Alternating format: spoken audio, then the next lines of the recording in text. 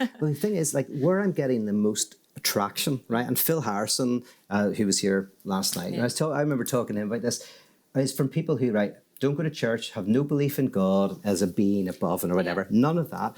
And then whenever I talk to him, I go, well, what I mean by the death of God and what I mean by Christology is the idea that the universe is not at one with itself and that we have to enjoy that kind of conflict, and that's where change comes from. And they're going like, well, I can resonate with that. They go like, yeah. And actually what I'm finding is, in fact, at Wake, there's more and more people come to Wake who don't even know this is coming from the Christian tradition at all, and go like, I just heard you on some podcast and like this notion of, and like, I didn't know. It's like, what are those people who go to church, you know? And I think that it's good news for everybody. It's like, because you don't need to believe in God. None of this is about believing in a God. It's about believing in the death of God, i.e. it's about going, oh yeah, there's something about doubt, ambiguity, and complexity that is salvatory. There's something about that in a world where it's always about get the next iPhone, get the next car, have enough money, get enough fame, do this, do that, and then it will be amazing. Right? So fantasy by its nature, as you see it in Hollywood, is fantasy doesn't give you what you desire. Fantasy allows you to desire what you desire. So the whole point of fantasy is that like, have you seen the film Greenland at all? It's a typical disaster movie, right? But the whole world's about to be destroyed. This family unit, they don't desire each other anymore. The husband and the wife don't desire each other, whatever.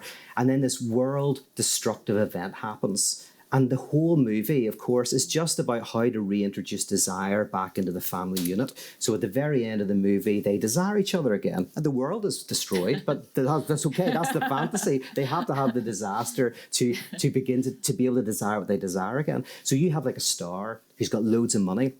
They get what they desire. They no longer desire what they desire. So they have to fantasize, this might get taken away from me. I might not get the next job. So as they can begin to desire what they desire again.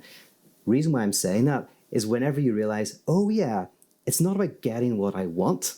It's actually positioning myself in an interesting way in relation to what I want, is where the satisfaction of life is. That resonates with people, and they go like, and I can be in a community where I can find freedom from the frenetic pursuit of happiness. See, the reason why I went to Los Angeles, most religious place I've ever been in the world, every corner there's somebody's promising certainty, satisfaction. You do in happiness, if you make enough money, do some yoga poses, take some Molly, do this, that. I'm not against any of those things, but none of them work as in to give you wholeness and completeness, because that's a fantasy.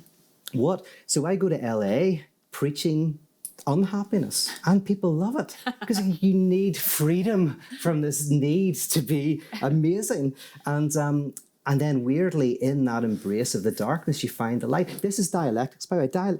When you're presented with two options, the light and the dark, we always go for the light.